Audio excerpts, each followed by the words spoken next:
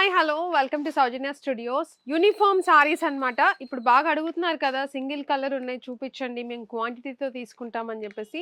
దాంట్లో ఒక beautiful design అయితే వచ్చిందండి. కాంబినేషన్ చూసుకుంటే మీకు క్రీమ్ కలర్ అయితే వచ్చింది, దానికి రెడ్ కలర్ కాంబినేషన్. శారీలో కూడా జరీ బూటీస్ అయితే వచ్చినాయి, పికాక్ బూటీస్ అన్నమాట.